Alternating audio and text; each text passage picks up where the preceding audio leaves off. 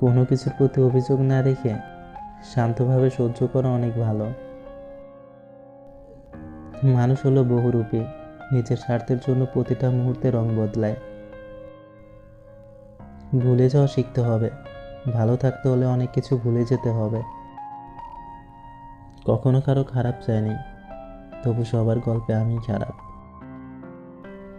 কি সুন্দর তাই না? হঠাৎ করেই কথা বলা বন্ধ হয়ে গেল।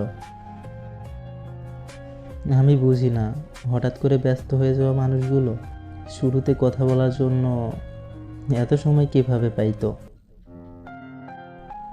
রাতে সূর্য থাকে না, তবু মানুষ দিনের চেয়ে রাতে বেশি পড়ে। জীবনে এমন কাউকে পেতে চাই, যার মধ্যে ইগো বা অ্যাটিটিউড থাকবে না, শুধু দিন শেষে সে দাবি করবে শুধু তুমি আমার। আমি এমন একজন মানুষ যার আবেগ ইচ্ছের কোনো মূল্য নাই।